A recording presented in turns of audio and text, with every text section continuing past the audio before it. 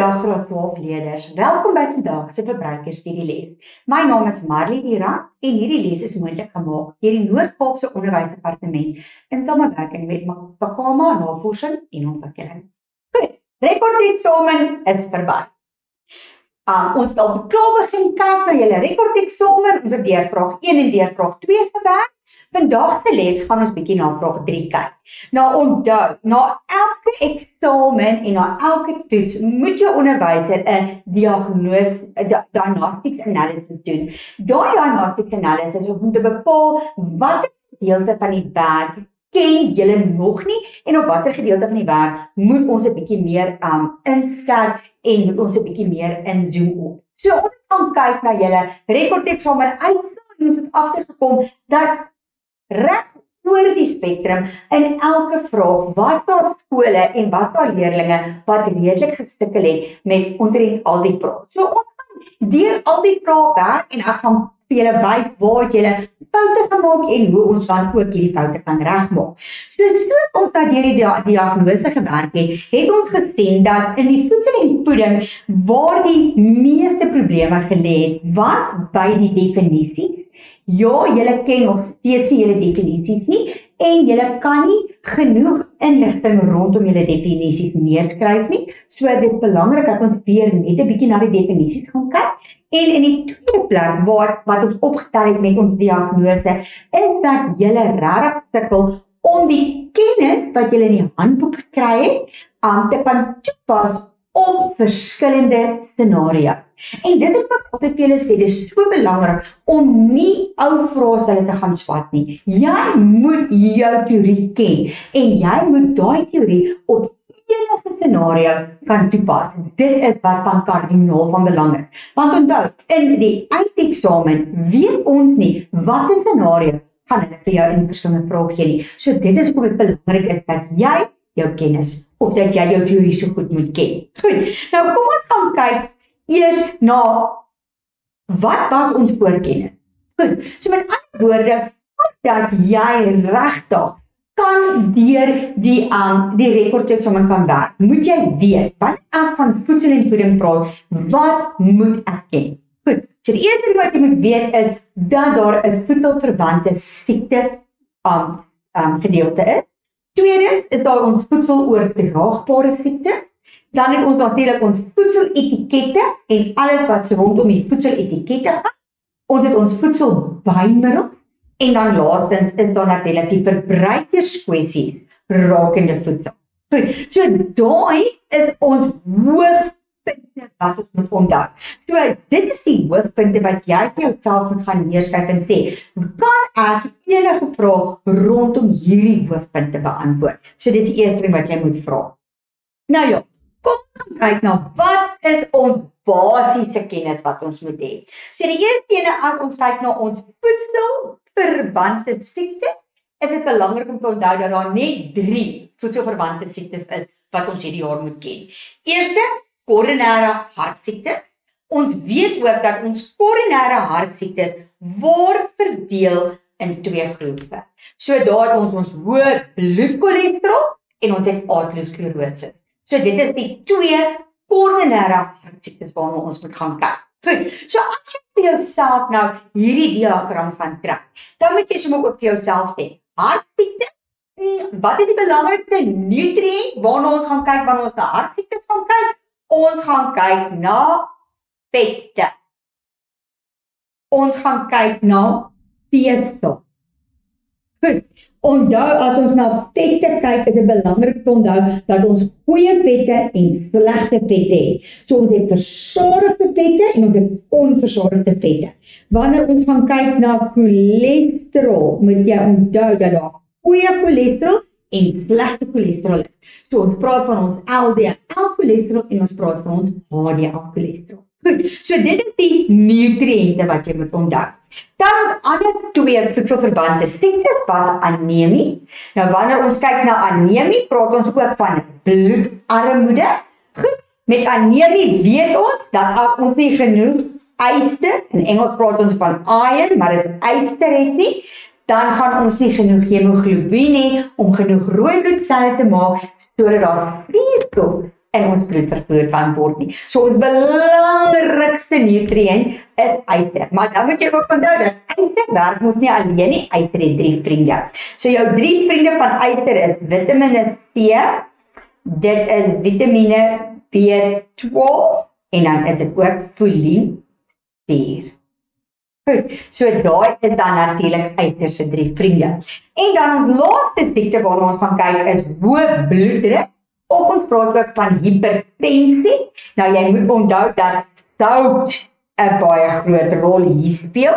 Ook wat belangrik is wat jy moet weet, is dat hoë bloeddruk of hipertensie is 'n risikofaktor van koronare hartsiektes.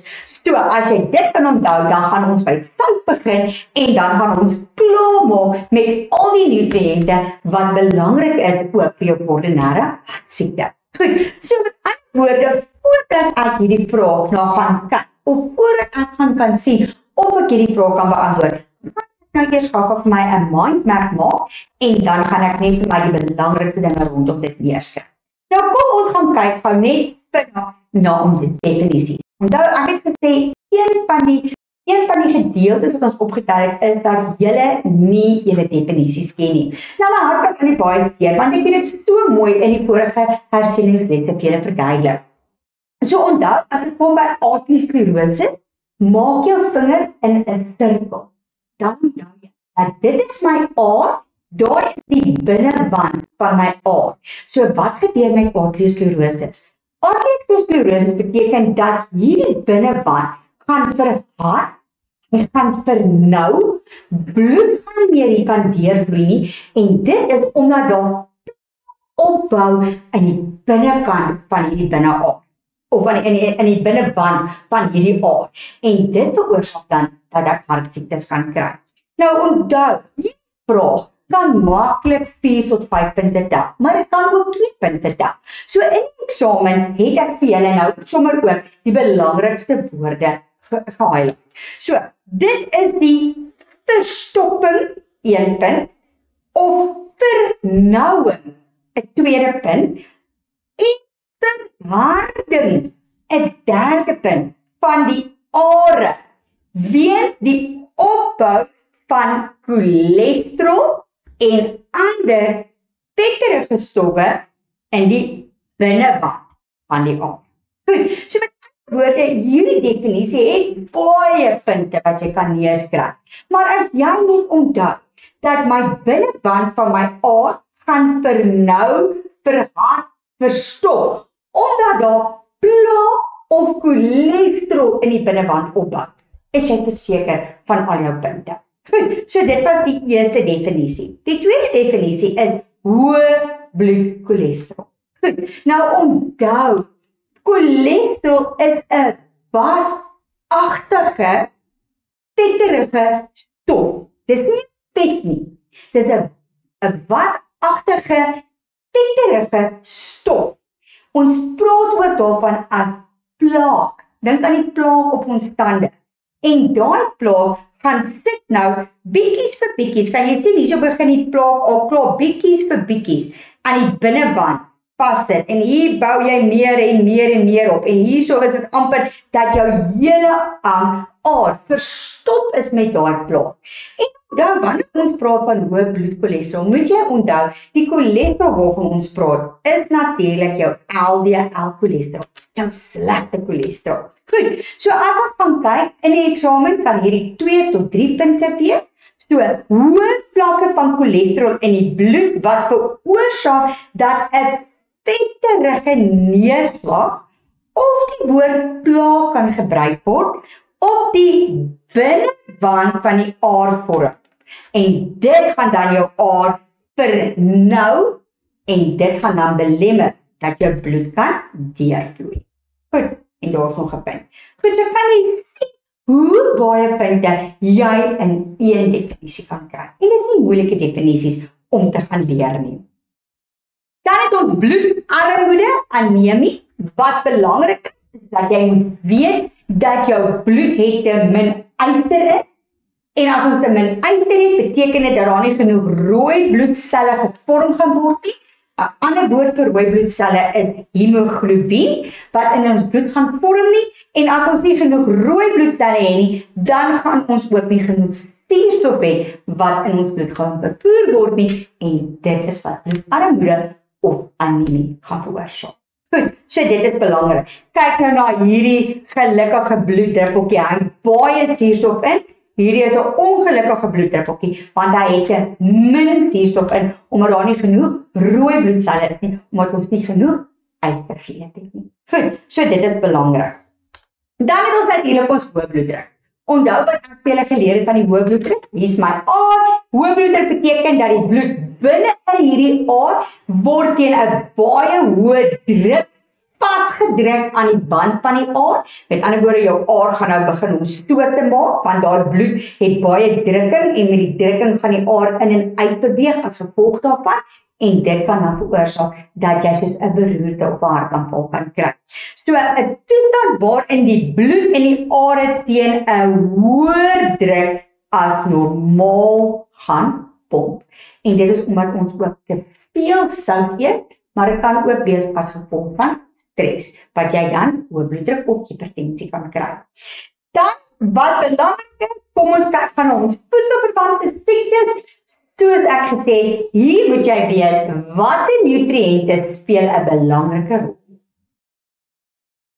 Goed, kom ons kyk na voedselverwante siektes. Wanneer ons na voedselverwante siektes kyk, is dit belangrik dat ons weet watter nutriënte is belangrik, want daai nutriënte gaan vir ons sê wat ons moet eet en wat ons moet vermy om te eet. So dit is belangrik. So ons begin eers met ons hartsiektes, ons koronêre hartsiektes. Ons weet dat koronêre hartsiektes bestaan uit aterosklerose en ons weet dit bestaan uit hoë bloedcholesterol. Dan weet ons dat die belangrikste nutriënt wat 'n rol hier gaan speel, gaan ons vette wees. Dan het ons ook hipertensie en anemia. So, hier het ons nou gesê, vet is die belangrikste rol wat hier gaan speel, maar onthou, ons het goeie vette en ons het slegte vette. So ons moet kan onderskeid maak tussen die goeie vette en die slegte vette en watter effek dit op ons liggaam gaan hê. Dan as ons na hipertensie kyk, is dit belangrik om te onthou dat sout speel 'n baie belangrike rol, maar jy moet ook onthou dat hipertensie is 'n risfaktor van koronêre hartsiektes. So alles wat jy kan sê rondom die goeie vette, die slegte vette, die goeie cholesterol, die slegte cholesterol en die vesels, is dus ook van toepassing op hipertensie.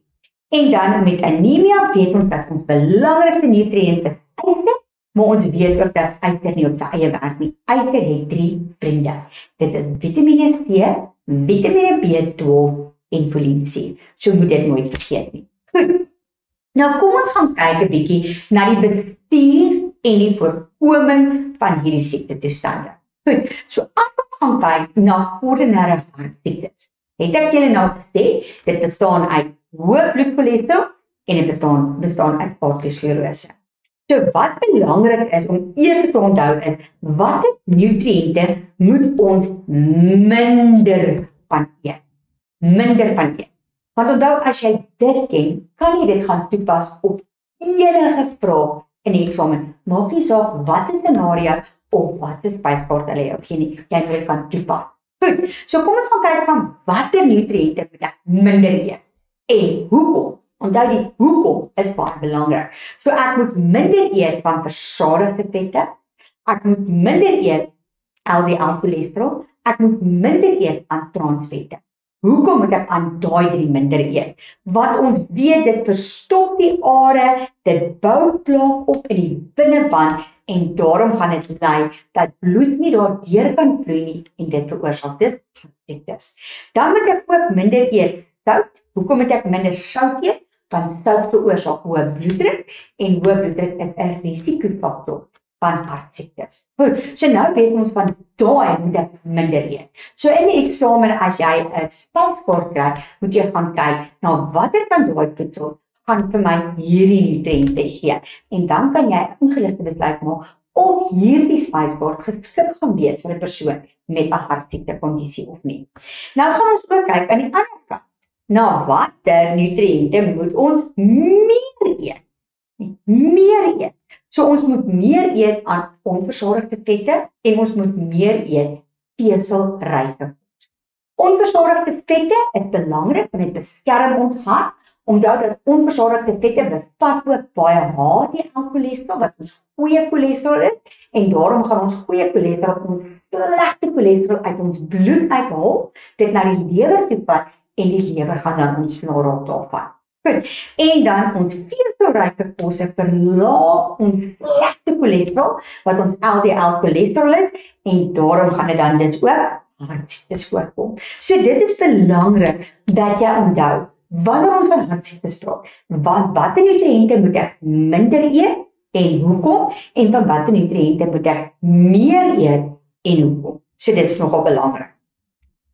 Dan kyk ons ook na hoe gaan ons hipertensie, met ander woorde, hoë bloeddruk bestuur. Nou daar is 'n paar goed wat belangrik is. Nommer 1, onthou dat hipertensie gaan ontstaan omdat ons te veel sout eet. Maar onthou ook dat hipertensie is ook 'n risikofaktor vir hartsiektes. So alles wat ons by die hartsiektes geleer het, kan ons nou ook hier toepas. Met ander woorde, ons moet minder versadigde vette eet en minder LDL-cholesterol eet, want dit gaan ons are blok en dan gaan ons 'n hartaanval kry, want bloed kan nie daardeur vloei nie. Dan moet jy ook minder soutinname inneem. En onthou, sout verhoog jou bloeddruk. Goed, dan ook, ons moet meer groente en vrugte eet. Hoekom moet jy meer groente en vrugte eet? Want groente en vrugte bevat eerste plek vesel en ons weet dat vesel gaan ons LDL-cholesterol verlaag en daarom gaan dit ons hart gesonder maak. Maar ook groente en vrugte bevat ongelooflik baie vitamines en minerale. En wanneer dit kom by hipertensie, is dit belangrik dat ons meer kalium, magnesium en kalsium sal inneem, want dit help ook om jou bloeddruk te kan verlaag. En dit is hoekom ons ook meer groente en vrugte moet eet. Onthou, jy kan nie net 'n stelling maak en dit los nie. Jy moet kan verduidelik hoekom jy daai stelling gemaak het. So in die eksamen kan jy nie net sê jy moet groente en vrugte eet nie. Dit gaan nie vir jou 'n punt gee nie. Jy moet sê hoekom moet ek meer groente en vrugte eet. Goed, so dit is belangrik. Dan gaan ons kyk ook aan die veselinname, gaan staan met jou groente en vrugte, want onthou jou veselinname verlaag jou cholesterol. Goed, dan gaan ons kyk na hoe kan ons anemie, bloedarmoede voorkom en hoe kan ons dit bestuur. Nou as jy kan onthou, die belangrikste nutriënt is yster. Goed, onthou dat groente bevat ook yster, maar jou beste vorm van yster is mos in jou rooi vleis. Want dieselfde yster wat in jou bloed vloei, is dieselfde yster wat jy in jou rooi vleis gaan kry. So jy moet ysterryke kosse eet. Dan moet jy onthou dat yster staan nie alleen, yster het 3 vriende. Met ander woorde, nou moet jy gaan kyk na voedsel wat ryk is in vitamine C. Hoekom is vitamine C belangrik? Want vitamine C help met die absorpsie van yster. Dan moet jy gaan kyk na voedsel wat ryk is aan vitamine B12 en voedsel wat ryk is aan foliensuur. Nou ons weet dat vitamine B12 en foliensuur is baie ryk in ons veselryke voedsels, ons grane. Ons kan dit ook natuurlik in ons melkprodukte ook kry. So dit is ook belangrik want onthou vitamine B12 sowel as foliensuur help om rooi bloedselle te vorm en onthou rooi bloedselle help om suurstof in jou liggaam te vervoer en dit gaan dan anemie voorkom.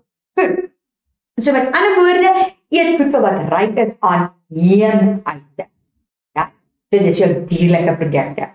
Dan, hoekom moet ons yster eet? Want yster vorm rooi bloedselle en rooi bloedselle gaan nie suurstof in ons bloed vervoer. Dan eet voedsel wat ryk is aan vitamine C, want vitamine C help met ysterabsorpsie. Dan het ons ook voedsel wat ryk is aan vitamine B12. Daar sê hulle vir jou dierlike produkte en graanprodukte. En onthou, vitamine B12 help ook met die produksie van rooi bloedselle. Dan het ons ook voedsel wat ryk is aan foliensuur. Foliensuur kry ons stybelprodukte en veral in piesang. Piesang is baie ryk aan foliensuur, sowel as is baie belangrik. Piesang is ook baie ryk aan potassium, onthou dit. En potassium is kalium en kalium is ook belangrik vir hipertensie. En dan ook weer eens polisie is belangrik vir die vorming van bloedvloed. Goed, so daai wat jy alles baie van eet. Waarvan moet jy minder inneem? Jy moet minder koffie en tee inneem, want koffie en tee bevat 'n produk wat ons tannin noem, en tannin voorkom die absorpsie van yster in die liggaam. So dit is belangrik om dit te onthou. Wat belangrik is, ons moet ook gaan kyk na die scenario wat hulle vir ons gee, want hulle kan dalk vir ons 'n scenario gee, en uit hierdie scenario uit moet ons dan ook ons leefstyle kan identifiseer. So om hierdie siektetoestande te voorkom, is daar sekere dieetveranderinge wat ons moet doen en daar sekere nutriënte wat ons meer of minder moet gaan eet, maar ons kan nie net 'n dieetverandering doen nie. Partykeer moet ons ook 'n leefstylverandering doen, want hulle gee vir ons 'n gevalle studie en dan moet jy maklik kan identifiseer watter leefstylveranderinge moet jy gaan doen. Nou onthou, om gesond te lewe, moet ons ook gesonde leefstyle hê. So gesonde leefstyle beteken ons moet meer oefen. Dit beteken as jy rook, moet jy onmiddellik ophou rook. Dit sê ook dat ons meer gesonde kosse moet eet.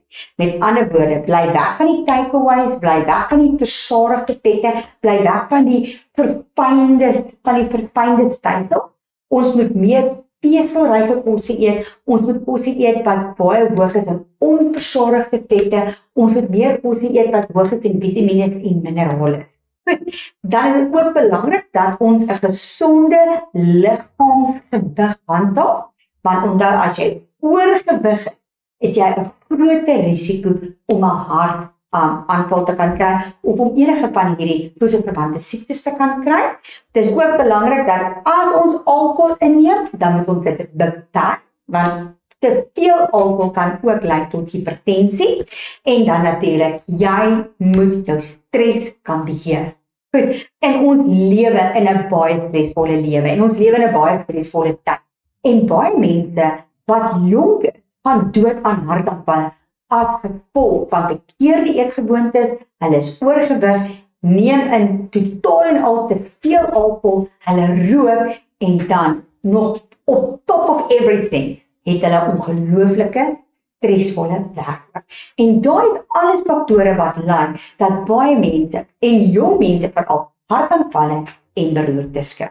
Goed, so voordat jy na jou vraag kyk, hierdie die tipe opsommings of notas of mindmaps wat jy jouself moet neerskryf om seker te maak dat jy die vraag kan beantwoord. Goed, nou ja, kom ons gaan kyk na watse vraag was in julle rekordeksamen. So in die rekordeksamen was dit bestudeer die volgende spysbord en beantwoord dan die vraag. Dit sê 'n ligte ete. Daar is geurende vars kruie lewer of blaarsnaar, bedien met geroosterde volkoringbrood en dan was daar 'n kaaskoek. Wat belangrik is, hulle gee vir ons die bestanddele van die kaaskoek. So hulle sê daar tennisbeskuitjies, gesmelte botter, kondensmelk, suurlemoensap, volroom roomkaas, volroom gelatine en water. So hierdie is belangrike inligting wat ons gee. Nou kom ons gaan kyk na julle vrae.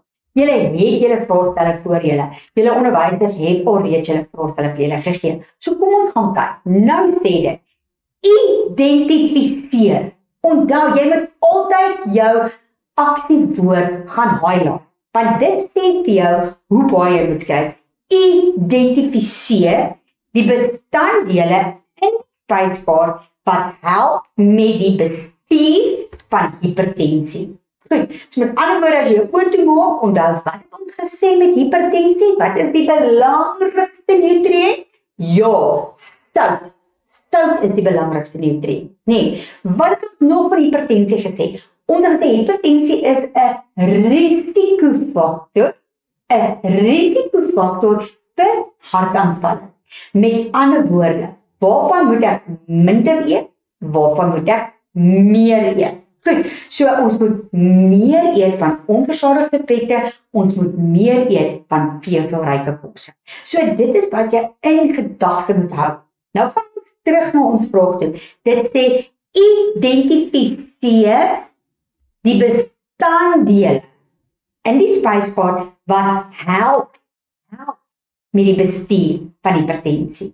Met ander woorde, wat het van daai bestanddele gaan 'n goeie invloed hê om hipertensie te voorkom en is vir 4 punte. Met ander woorde, jy moet jy moet die bestanddeel kan identifiseer en dan moet jy kan sê oor hoekom het jy daai bestanddeel geïdentifiseer. En dit is dan waar jy jou punte vandaan gaan kry. Goed. En so kom ek gee julle gaga 2 minute om te kan sien of jy kan met dit wat ons nou gesien het, te kan toepas op hierdie vraag.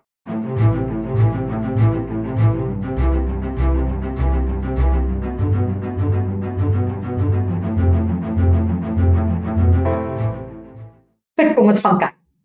In die eerste plek, ons moet minder sout eet. Dit was ons eerste leidraad, minder sout eet. So ons eerste bestanddeel was die vars kruie wat ons geïdentifiseer het, want kruie bevat geen soutte nie. So jy gaan nie onnodige ekstra sout in jou lewer insit nie. So dis die eerste ding wat ons geïdentifiseer het, was die sout. Die tweede bestanddeel wat ons geïdentifiseer het, was die blaarslaai, want blaarslaai is ryk aan vesel. En onthou ons tweede kernwoord was vesel. En ons weet dat vesel verlaag LDL en LDL-cholesterol veroorsaak natuurlik hartsiektes en ons weet dat hipertensie is 'n risikofaktor van hartsiektes. En dan ons derde ene was ons volkoringbrood, weer eens wat hoog is in vesel. En ons weet ook dat vesel veroorsaak dat LDL-cholesterol verlaag word en daarom gaan ons dan nie hartsiekte kry nie. En ons weet mos dat hipertensie is 'n risikofaktor. So, jy het 1 punt gekry vir kruie en jy het 1 punt gekry vir die beskrywing. Jy het 1 punt gekry vir blaarslaai en jy het 1 punt gekry vir hipertensie. Blaarslaai bevat ook baie kalium. En onthou wat ons met hipertensie gesê het, ons moet meer kalium en kalsium inkry, want dit help ook, en magnesium inkry, want dit help ook om hipertensie vlakke te verlaag. En dan natuurlik ons volkoringbrood, want dit bevat vesel en ons weet dit gaan nie LDL-cholesterol verlaag, wat dan hartsiektes gaan voorkom. Goed, so dit was 4 regtig maklike punte. As jy net onthou het, dit wat ons geleer het, en dit nou gaan toepas op die vraag. Kom ons kyk na die volgende vraag. Nou sê dit,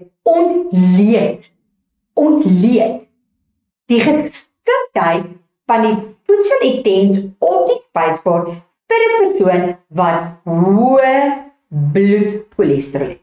So nou gaan kyk na die spyskaart en ons gaan nou al die bestanddele basies ontleed en dan gaan ons kyk of hierdie spyskaart geskik is vir 'n persoon met hoë bloedcholesterol. Nou ek gaan nou vir jou sê, net om te kyk. Lewer is sleg. Lewer bevat ongelooflik baie LDL-cholesterol. Ja, lewer is baie ryk in yster. En dit gaan wel anemie voorkom. Maar lewer bevat ongelooflik baie LDL-cholesterol. So mense wat met hoë cholesterol vlakke sukkel, kan glad nie eintlik lewer eet nie. Goed, ons weet dat blaarslaai is goed, want blaarslaai bevat nie eintlik baie nutriënte nie, maar ons weet dit bevat kalium en ons weet ook dit bevat vesel en ons weet dat vesel is belangrik want dit bring jou LDL-cholesterol af. Ons weet ook dat jou volkoringbrood is goed want dit gaan ook jou LDL-cholesterol afbring. So as ons nou kyk, daai is 'n slegte ding. Daai is 'n goeie bestanddeel. Daai is 'n goeie bestanddeel. Dan gaan kyk ons na ons spaarstof. Goed, tennisgeskytjies vir fynde koolhidrate. Nee, dis 'n slegte bestanddeel. Botter, hoog in versadigde vette. Slegte bestanddeel. As ons kyk na vol roomkaas, slegte bestanddeel. Baie versadigde vette.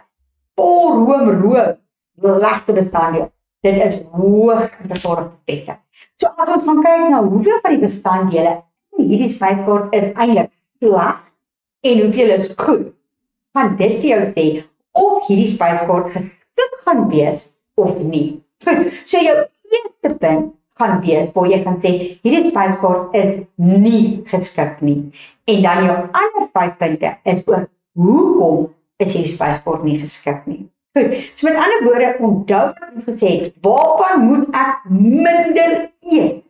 Ek moet minder eet versadigde vette, transvette, LDL-cholesterol. Ek moet minder sout inneem. Goed, so daai is die goed wat jy minder moet eet.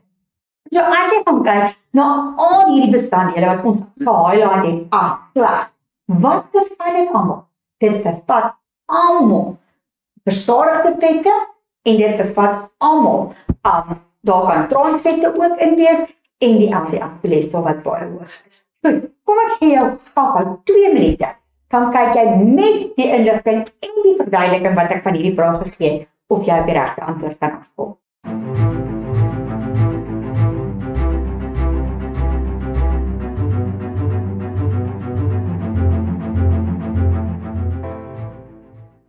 Goed, kom ons kyk of jy reg gekom het. Goed, so eers het ons gesê lewer. Lewer is ryk in jou LDL-cholesterol en ons weet dit gaan ons LDL-cholesterol op die hoogte inskiet en dit gaan 'n hartsiekte veroorsaak. Tweede, ons het blaarslaai gesê. Blaarslaai is ryk in vesel en ons weet dat vesel is belangrik want vesel gaan ons LDL-cholesterol afdruk. Dan is daar natuurlik jou volkoringbrood wat ook ryk is aan vesel en vesel bring ons LDL-cholesterol af. En daarvoor sal dit dan bietjie hierdie hoë cholesterol kan manage of beheer.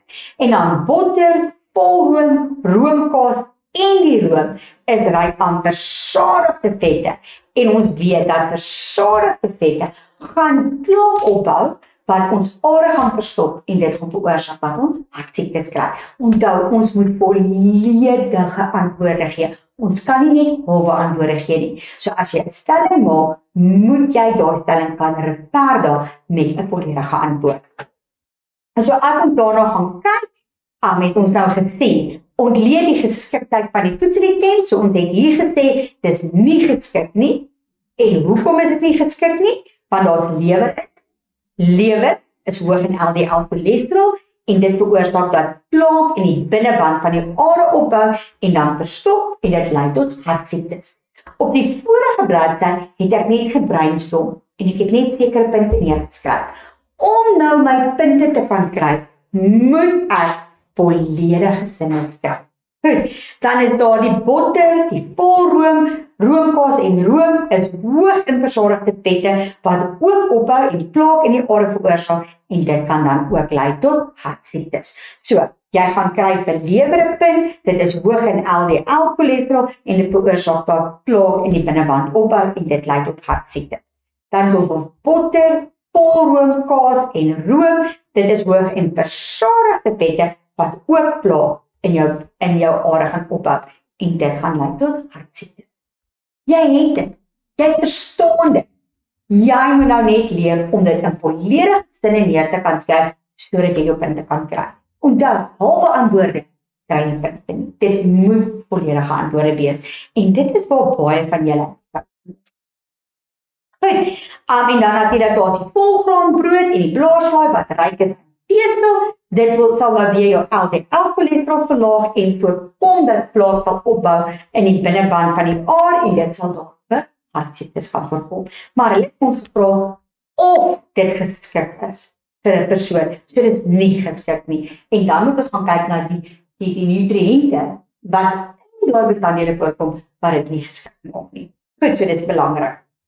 Dan die laaste vraag, of een van die laaste vraag was, beveel ander aan wat die resep sal geskik maak vir 'n persoon met arteriesklerose. Omdat arteriesklerose is nog steeds 'n hartsiekte of 'n hartverwante siekte. So hier sal nog steeds moet ons gaan kyk. Ons kan nie te veel versadigde vette hê nie. Ons kan nie te veel LDL-cholesterol hê nie. Ons kan nie te veel transvette hê nie. Ons kan nie te veel sout hê nie. So nou vra hulle jou om twee bestanddele te verander. Twee bestanddele. Goed, so ons weet nou al, die lewer is baie hoog in LDL cholesterol. Dan weet ons dat die botter, die volroomkaas en die volroom is alles baie hoog in versadigde vette. Goed, so die twee, jy kan enige twee bestanddele gesê. Goed, so gaan kyk vir my na wat het jy geantwoord? Wat dink jy nou is die regte antwoord met die verduideliking wat ek jou gegee het? En dan oor 'n minuut gaan ons kyk of jy die regte antwoord.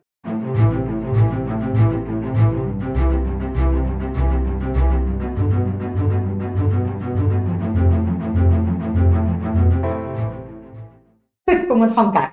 So die eerste wat ek gesê het is ons vervang die lewer.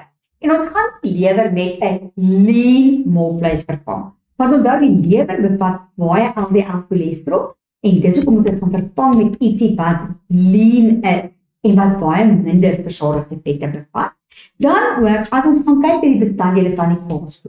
Ons kan die botter vervang met Flora margarien of enige margarien wat die haartjie op het. Dit sê dat dit geondersteun word deur die Heart Foundation, want dit bevat baie folie en mono en folie onversadigde vette wat baie beter is as die versadigde vette.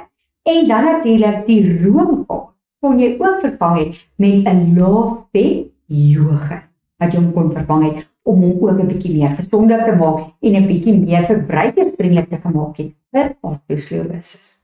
Goed, so dit was ook eintlik 'n baie maklike vraag met 'n baie maklike antwoord. Nou kom ons gaan kyk gou-gou na ons voedseloordraagbare siektes. Hier is dit hepatitis A, E. coli infection en gastro. Dit was die enigste drie wat jy moet geken het. Dan moet jy geweet het wat is inkubasietydperk. Nou ons weet met hepatitis A is dit 15 tot 28 dae met 'n gemiddeld 15 tot 50 dae met 'n gemiddeld van 28 dae. Dan is dit E. coli 2 tot 7 dae en gastro 'n paar ure tot 'n paar dae. So dis die een ding wat jy moes geleer het. Die ander ding is jy moes geweet het hoe word dit oorgedra. Nou onthou toe ons daarna gekyk het ek gesê, ons begin net wie werk met die kos. Dit kan die chef wees, dit kan die kelner wees. Hulle het nie hande gewas nie. Dit kan wees waar hulle die kos gemaak. In die kompas, die toerusting kon vuil gewees het. Die werksoppervlaktes kon vuil gewees het.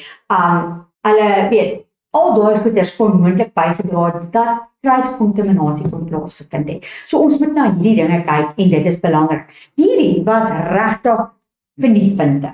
Goed, so hier vra hulle jou en jou vraestel.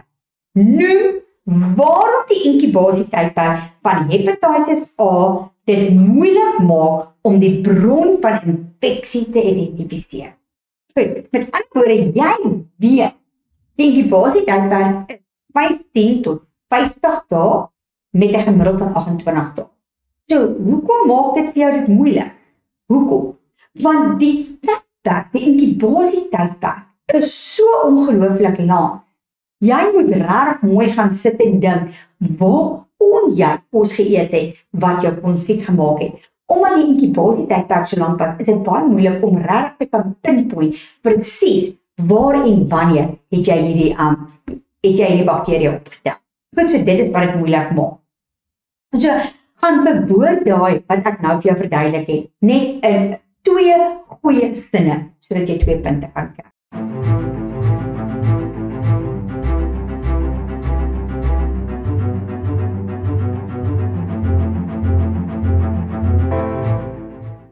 Goed, kom ons kyk of jy dit reg kry. So, die inkubasietydperk van hepatitis A is tussen 15 en 50 dae, gemiddeld 28 dae. Dit is om 'n lang tyd te hou om te identifiseer waar infeksie kon plaasvind het. So maklik so dit. Jy weet wat die inkubasietydperk is en daarom is dit oor 'n baie lang tydperk. Dit is baie moeilik om te pinpoint. 2 maklike punte.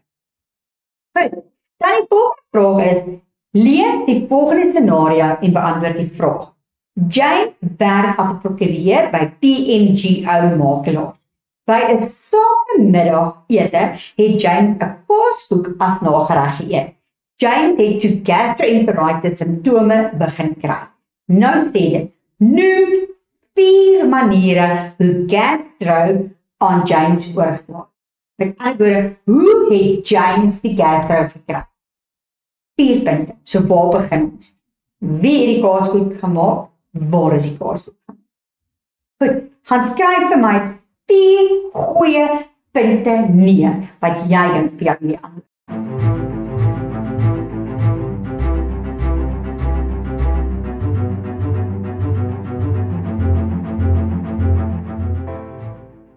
Goed, kom ons gaan kyk of jy reg is.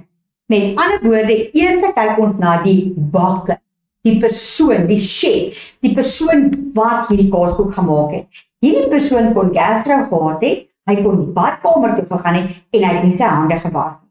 Hy het teruggekom en hy het toe verder die kaaskoek gemaak. En dit is hoe daai virus of daai bakteria toe in die kaaskoek kon beland het. Dis die eerste ding. Die tweede ding kon gewees het dat die bestanddele was self besmet. Met ander woorde, die room of die roomkaas of ewen die botte kon self besmet gewees het alreeds en toe het hulle met daai besmette bestanddele gewerk.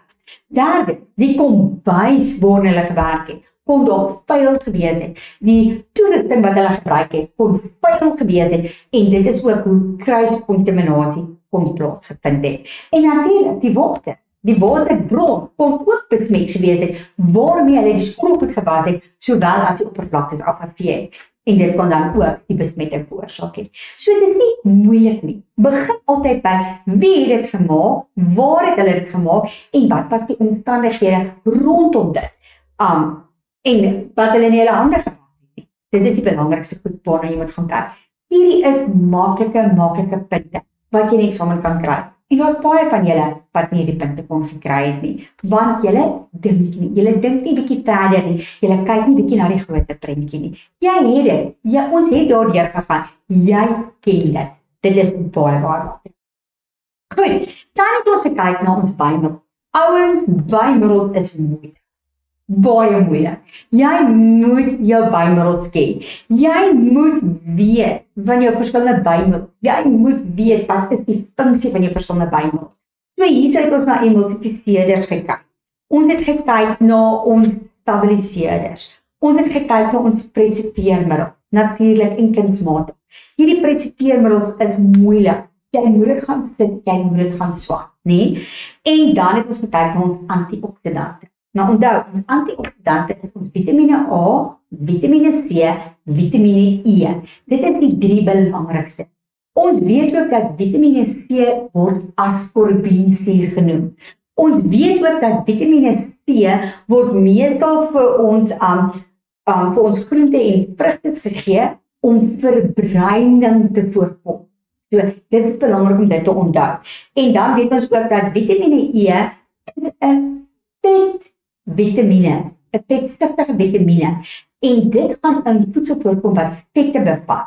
So wat is die funksie van vitamine E? Om te voorkom dat vetterige kosse halfterug. Dis hoekom ons dit in ons kosse sit. Vitamine E. Goed, so daar is jou basiese kennis wat jy moet hê. Toe kom hulle nou met hierdie vraag. Nee, bietjie moeiliker. Hier moet jy nou regtig bietjie gedink het. Hier sê hulle tabuleer die verskil in antioksidante volgens die riglyne hieronder. So wat is die antioksidante wat hulle ons gee?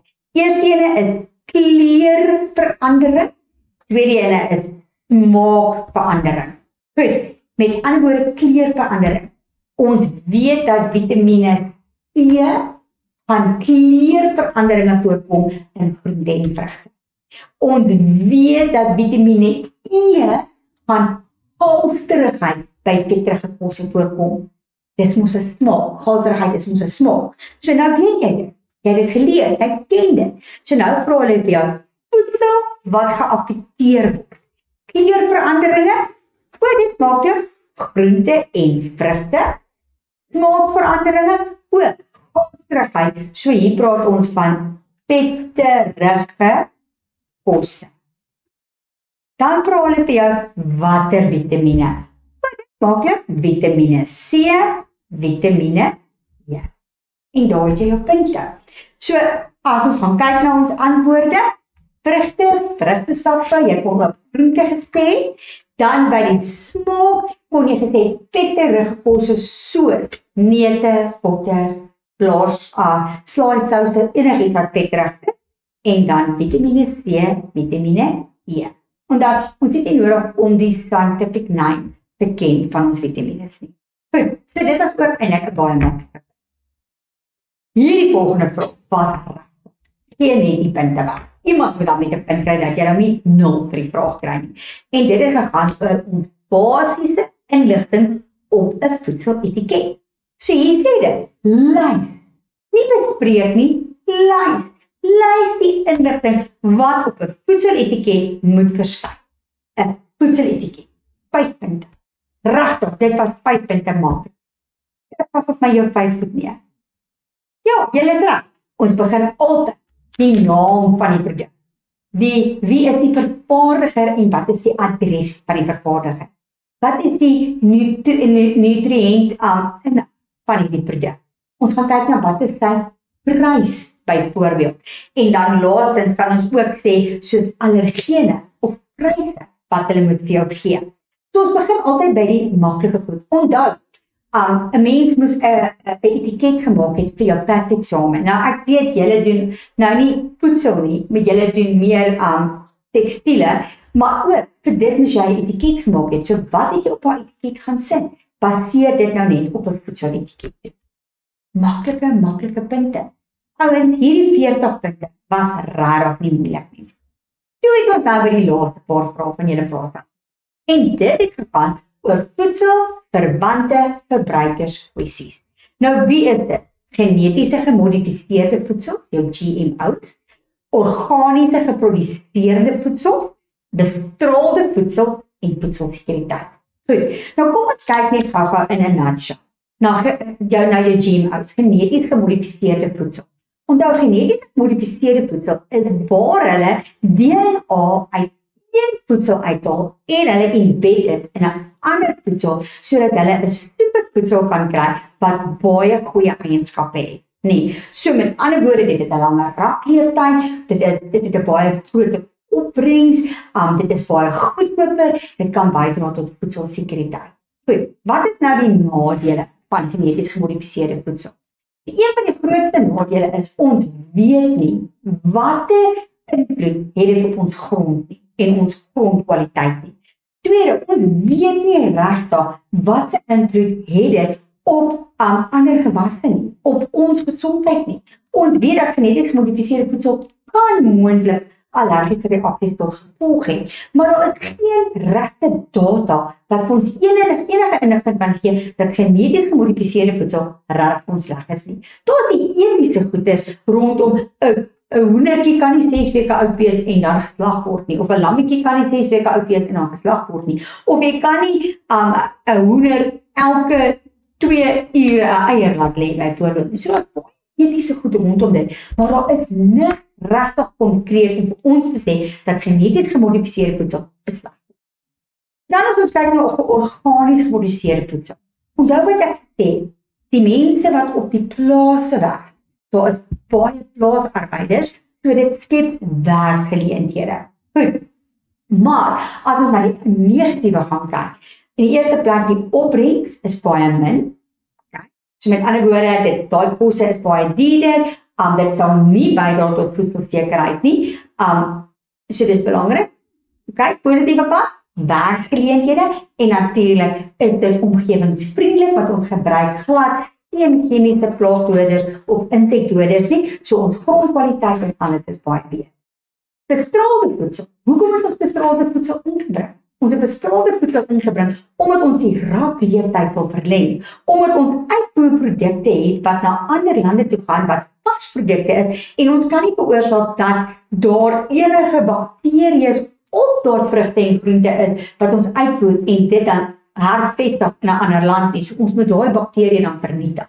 Goed, ons het rakleeftyd verleng want ons wil kosse reg deur die jaar hê, al is dit nie die seisoen van pere of vir arbeid byvoorbeeld.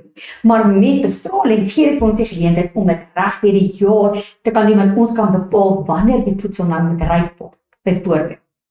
So, bestrålde voedsel het baie voordele in. Met bestrålde voedsel weet ons ook dat ons kruie en speserye bevat die meeste micro-organismes en daarom is hulle ook die produk wat die meeste bestraal.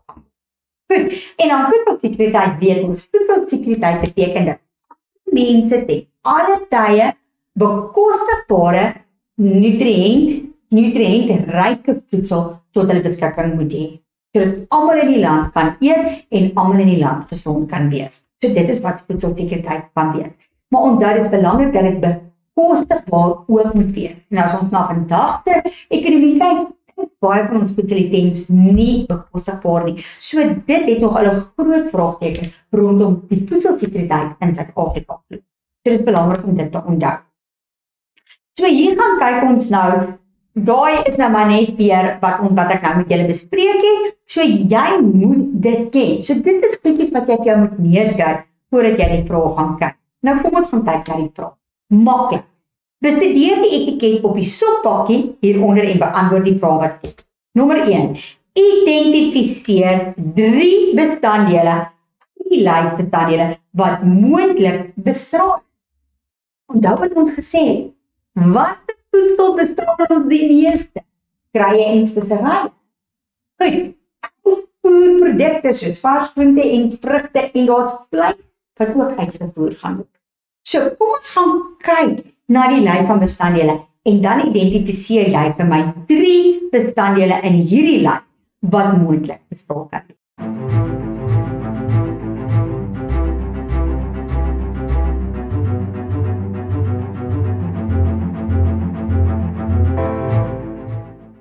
Goed, kom ons gaan kyk of jy reg is. Laurierblare, dit moet 'n spaar. Timie en swartpeper. Dis mos alles. Mos herbs and spices. En dan natuurlik jou beesvleis. Van beesvleis word ook uitgevoer.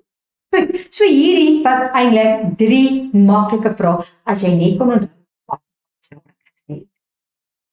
Dan noem die bekommernisse van geneties gemodifiseerde voedsel op die natuurlike omgewing. Nie finansiële of ekonomies nie, die natuurlike omgewing.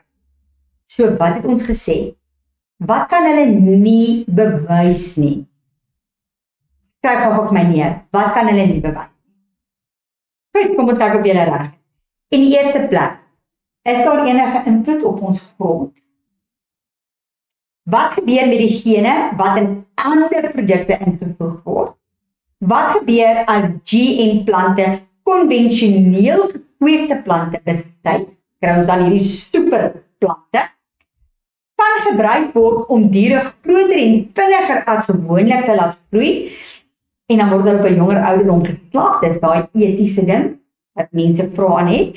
En dan kom oor plante, insekte, voëls en dierelewe waar GM gewasse verbou word. Wat invloed het daai GM gewasse op ons dierelewe? So daai is alles tipe vrae wat jy vir jouself kan vra en dit word ook hierdie selfde vrae word ook in ons handboeke gevra. Dit is wat die impak het, wat die moontlike impak op die natuurlike omgewing kan hê. En so is belangrik dat jy jou vraag lees. Dan verduidelik hoe langdurige droogte voedselsekerheid in die Suid-Afrikaanse ekonomie negatief kan beïnvloed. Dis 6 punte. Nou onthou wat ons gesê het. Ons het gesê, wanneer daar droogte is, wat kan nie gebeur nie? Daar is mense wat hulle eie groentetuine en vrugteboorde het. Sonder water kan dit nie groei nie. Met ander woorde, daai mense gaan nie vars groente en vrugte hê nie. So nou beteken dit hulle moet winkel toe gaan om te gaan koop. So dit gaan hulle geld kos. Goed. Die tweede ding is, ons kos begin al hoe duurder word omdat kos skaarser is, omdat daar nie water is om hierdie kos dan te verbou nie. En die derde plek, nou moet ons kosse invoer. Die oomblik as jy kosse begin invoer, dan gaan kosse baie duurder begin word. Goed, so weer eens, nou gaan mense nie kosse kan bekostig nie, en as ons teruggaan na die definisie toe van voedselsekerheid, sê dit dat mense moet kos kan bekostig. Kos moet bekostigbaar wees. Dan ook moet jy weet, nou sit jy met 'n boer hy al die werkers. Hy kan nie die werkers betaal nie, want hy het nie 'n opbrengs wat hy kan gaan verkoop nie. So hierdie werkers moet hy nou afbetaal. So nou lei dit tot werkloosheid. Werkloosheid lei tot armoede. Armoede lei dat daar nie geld is om binne in die winkels te spandeer nie. En dan gaan ons ekonomie daaronder lei, en as ons ekonomie daaronder lei, gaan ons inflasie daaronder lei. So dit het 'n groot kettingreaksie op die einde van die dag. Goed, so vir 6 punte. Gaan luister wat ek nou vir jou gesê het, gaan oordink hierdie vraag en gaan skryf vir my 6 punte neer. Goed, kom ons kyk of julle dit reg gekry het. So, baie kortliks. Goed, ons het gepraat van ons gesinne wat hulle eie groente en vrugte kweek. Nou is daar nie water nie, hulle kan nie hulle eie groente en vrugte kweek nie, so met ander woorde, hulle kan nie vir hulle self voorsien nie, dan moet hulle gaan koop. Dit kos hulle geld. Goed, ons het gepraat van ons kospryse wat die hoogte inskiet. Ons kan dit nie bekostig nie. Voedsel wat ingevoer word, kospryse skiet die hoogte in. Ons kan dit nie bekostig nie. Boere verdien minder. Omdat hulle het nou nie gewasse wat hulle kan verkoop nie. Dit lei tot werkloosheid. Dit lei tot armoede.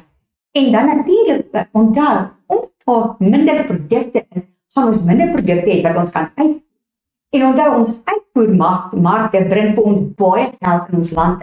So as ons minder produkte uitvoer, gaan daar minder geld in ons land inkom en dit gaan 'n negatiewe impak hê op ons ekonomie. Goed, so met ander woorde, jy moet gaan kyk. Droogte, voedselsekerheid en die negatiewe impak op die ekonomie. Dit is die 3 goed wat binne in jou antwoord geformuleer moet word. Goed, so dit was jou 40 punte vir voedsel en voeding gewees. Nou ja, my opsomming vir julle, ons is in die finale 100 meter van hierdie jaar se wedloop. 100 meter wat oor is, dan is jy klaar met skool. So jy moet elke dag vir jou ten minste 'n uur op sy sit om te sê, ek gaan elke dag van 7 tot 8, daai uur is my verbruikersstudie uur. En elke dag gaan ek na een van die hoofstukke kyk. Of jy kan ewen 2 of 3 dae gebruik om aan een hoofstuk te werk.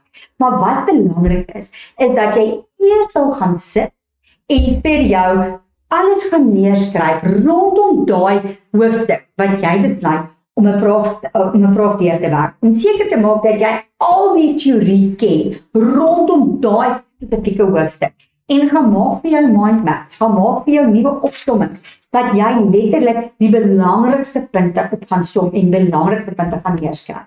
As jy dit klaar gedoen het, dan besluit jy, ek gaan 2 vraestelle vat, 2024 en 2023, en ek gaan nou na vraag 3 van elkeen van daai vraestelle kyk.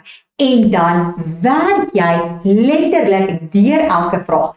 Highlight die aksiewoorde. Kyk presies wat hulle vir jou vra in die vraag. Kyk na jou punte toekenning en dan beantwoord jy.